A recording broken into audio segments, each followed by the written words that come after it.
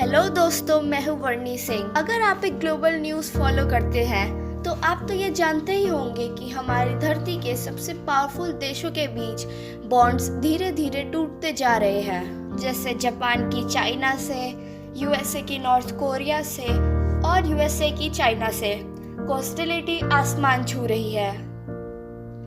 अगर कोई ऐसा देश है जिसके डिप्लोमेटिक बॉन्ड्स अच्छे हैं तो वो है हमारा भारत। हमारा इंडिया यूएसए का भी अच्छा दोस्त है, फ्रांस, रशिया और मिडिल ईस्ट का भी अच्छा दोस्त है और हम चाइना और जापान से भी अच्छी दोस्ती रखते हैं। और इसके अलावा इंडिया 48 कंट्रीज को मिलिट्री वेपन्स प्रोवाइड करता है।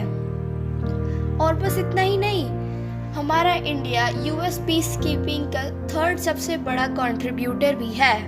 आजकल के न्यूज़ में आने वाले एनआरसी सीएए के दंगे फसाद की खबरें हमारे दिमाग में ऐसे सवार होती है कि हम ये नहीं देखते कि हमारा देश कितना आगे बढ़ चुका है और हमने अपने देश के बाहर अपनी मातृभूमि का कितना नाम रोशन किया है। और फ्रेंड्स, अगर हमारे देश के युवा हमारे गवर्नमेंट के करप्ट ऑफिसर को अपनी कुर्सी से बाहर उठा के फेंक सकती है, अगर हमारे देश के युवा दुनिया भर में 4 बिलियन से भी ज़्यादा एम्प्लॉयमेंट को अब कंट्रोल में रख सकती है तो वो कुछ भी कर सकती है।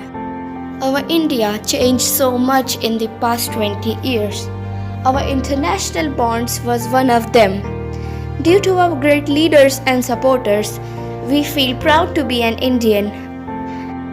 The best part is that we can also have a part in contribution of our country by believing in ourselves and achieving something out of the world.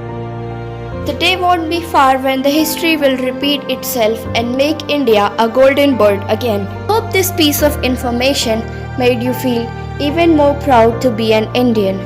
Till then, stay safe and keep learning. Jai Hind.